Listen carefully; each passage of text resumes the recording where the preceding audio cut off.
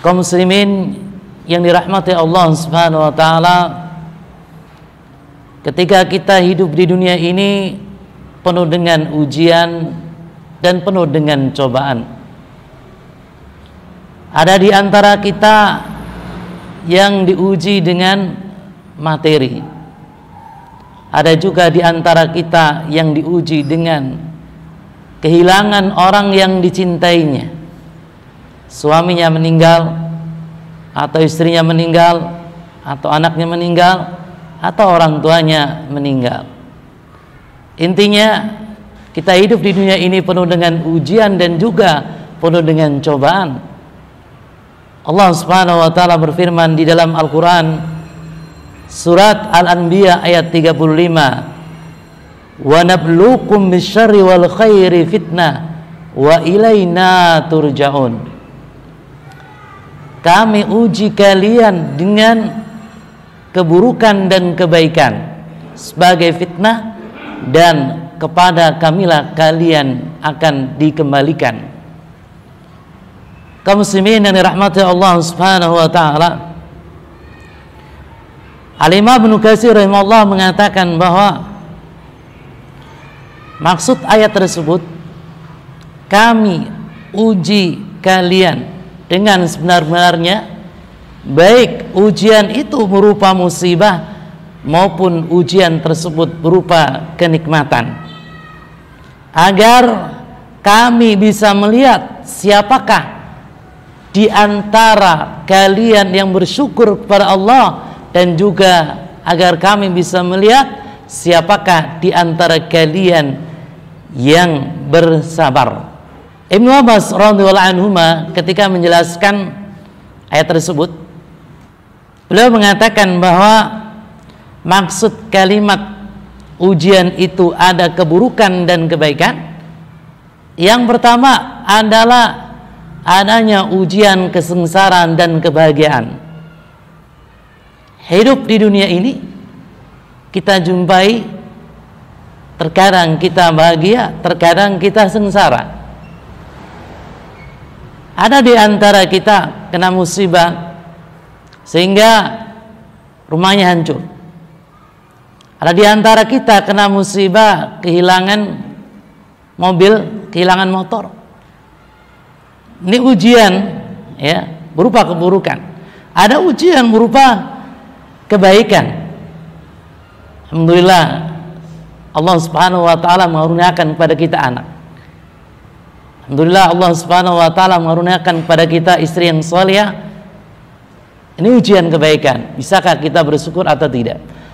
Kemudian kata Ibnu Abbas radhiyallahu anhuma, ujian itu juga bisa berupa, yang kedua adalah sehat dan sakit. Allah anugerahkan kepada kita kesehatan. Bisakah kita menggunakan kesehatan tersebut dalam rangka beribadah kepada Allah Subhanahu wa taala? Bisa kita bersyukur. Kemudian ujian berupa sakit. Bisakah kita bersabar menghadapi penyakit yang kita derita?